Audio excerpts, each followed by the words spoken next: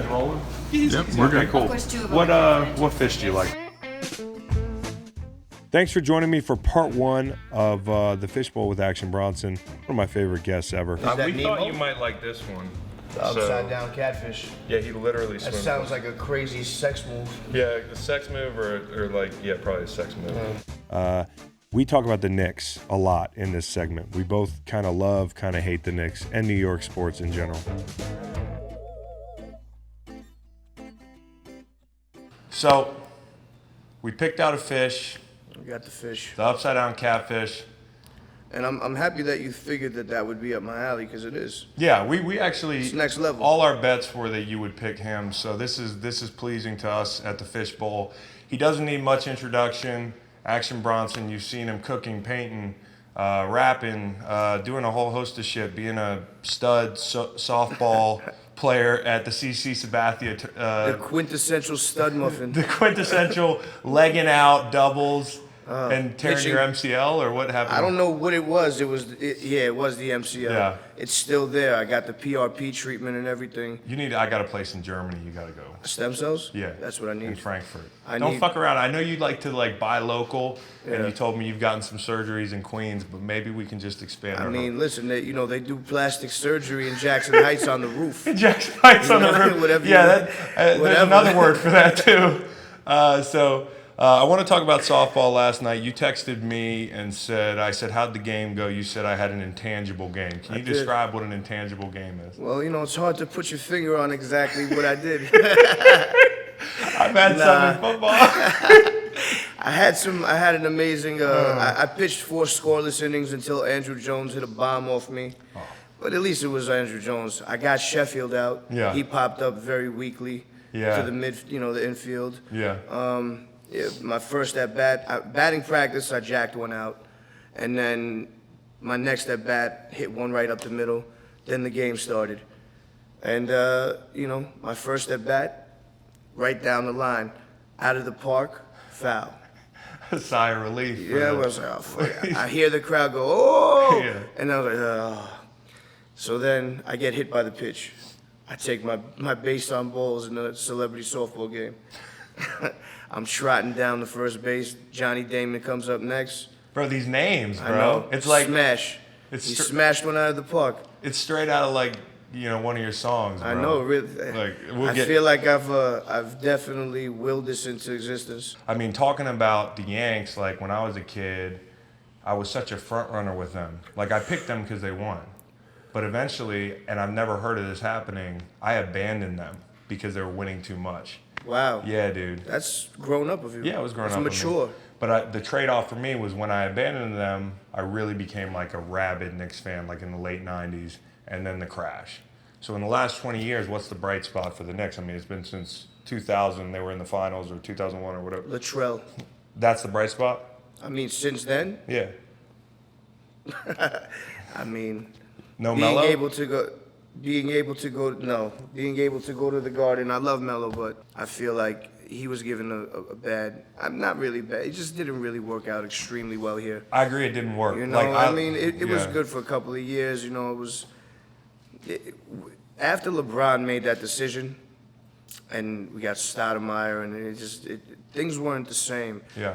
I feel like the energy got sucked out of the Garden, kind of. It was like, damn, LeBron turned us down. We can't get anybody to come here. It's just been shitty. We haven't been getting the best product that we deserve for a long, long time, Yeah. man. It's just upsetting, but always support the Knicks. You can't really give up any team. No, you can't. I mean, what I think of it like taking an emotional break. I'm still here for you guys. Not that they give a fuck. As a fan, I'm still here for y'all.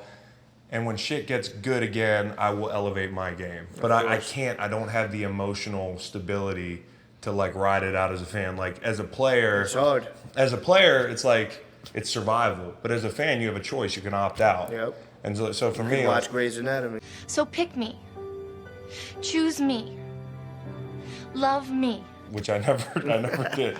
But I mean, for me, it was the Jeremy Lin period. Linsanity. It was bro. Linsanity went crazy. I had the T-shirt jersey and everything. Couple of months. When you get the T-shirt jersey, that just means you're not fully committed. Oh, there's no doubt. So that was where T-shirt jersey is like beginner status. Yeah, exactly, Like, exactly. Yeah, all right, I kind of like this guy. Who's your favorite Knick of all time?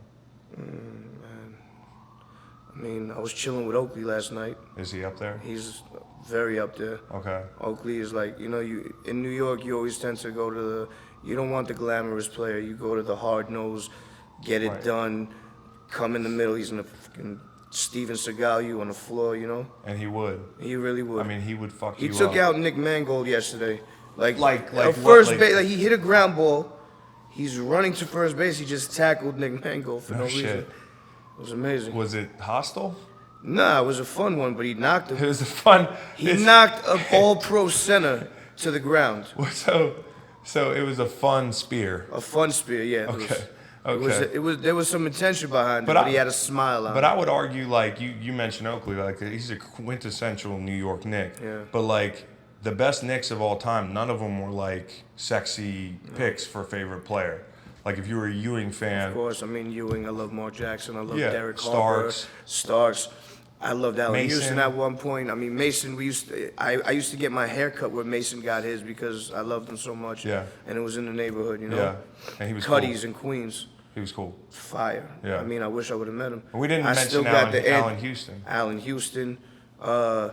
Chris Childs. Chris Childs. was a banger at one point. Was you you. know? Latrell, LJ. Childs, one of my Camby. favorite references was you on the Freddie Gibbs song, That the same Knicks night. remix, and you talked about when Chris knocked out, or he didn't knock him out, but he had Three-pieced him. He had him like swaying a little bit. I thought. Three-pieced him. So Clean three-piece. His jumper is short. Oh, and now a fight breaks out between Kobe Bryant and Chris Childs. that's accurate. It was Sunday. You It was really a Sunday. remember that? It's a guarantee it was Sunday. I looked it up. And what happened? Well, I was in the Hyundai.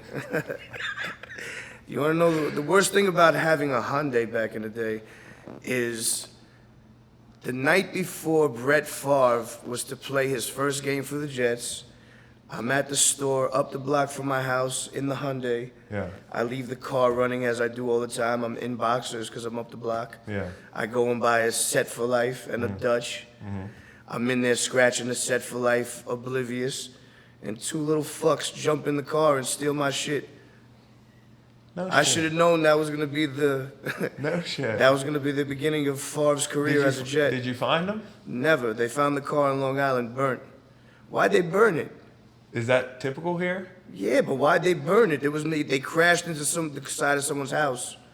But it was dude. burnt. Like, what were they driving it on fire? You know what would be tight if we did a thing where like we take you back reenactment? to no reenactment would be tight. We could do a dramatization, With but then the we scene. could with the scene. But then we could take you back to the house that you crashed into to like make amends, or that your theft. I don't know where they crashed. It was somewhere in Long We Island. I need to never pull had to that. go ID the. Can we pull that? I didn't The have to police- ID the body. Well, they destroy a lot of police records nowadays, so I don't Yeah, know so if they're gonna have your Hyundai. I'm not trying to go into a Yeah, police we're not involvement. going to this. Let's keep me away from there. Send me in. Let's keep you out of there too. I'm the Walter Payton Man of the Year. Like You are. know? That's a, Thank you for your service. Yes, thank you for. So. You just always gotta thank them for their service. Another Knicks thing. So you remember exactly where you were. Like you know how like sports, like you remember where you were when certain things happen. And you mentioned, you know, I think in an interview that your favorite team was the '94 team. I mean, it was the greatest feelings, you know, because we were almost there. Yeah, You know, you're almost there, and it's the quintessential Knicks team. there it is. That exemplified New York City at the time. And did you remember that day and that week what was going on? I mean, I know because I've watched back, but that was the OJ thing. And all the OJ stuff was going on. It was Ramadan. Yeah. It was lots of craziness was happening. You know, Elijah Wan wasn't eating. Yep. You know, he was playing, Which is insane. hungry. Yeah, it was How out do of you do control. that? It's next level. But it was like kind of Elite, like elite, Inception, elite. though. It really because it was like was. Inception because you had the Knicks, you had Those are the Rangers as you well, had right? the OJ's white Bronco, not Yeah. that for a little double entendre That's there. right. The Well, Rangers. The Rangers were playing at the time too. 'Cause They're- It was all around, Yeah. you know. There's a around whole now. documentary on it. Yeah. Did you see that shit? Of course. It's pretty sweet. One of my favorite things is to watch docuseries. I like real shit that's happened, like good stories, mafia, Any type of shit like that. So best docu-series off the top of your head then. I mean, there's one that I really enjoy called The 7-5. It's not a docu-series.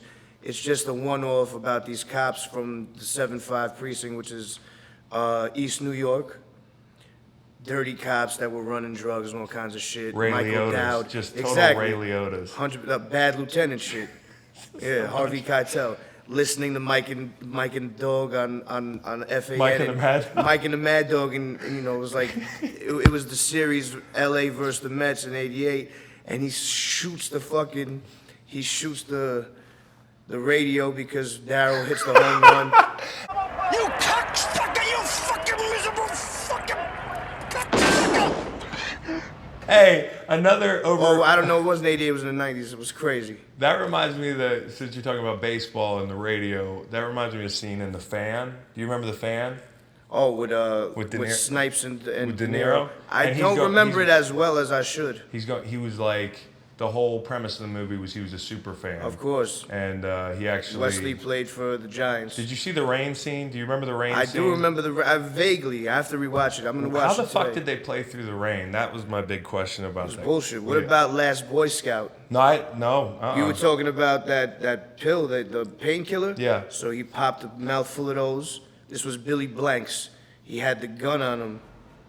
They handed him the ball. He's the running back. They handed him the ball. He just shoots every defensive player coming at him. How did I not see this? With Damon Wayans. Oh, I need to see this. Come on, man. He was the star quarterback who was sniffing coke. No shit. It was tremendous. Wouldn't be the first Bruce one. Willis. Oh, Bruce Willis. Come on.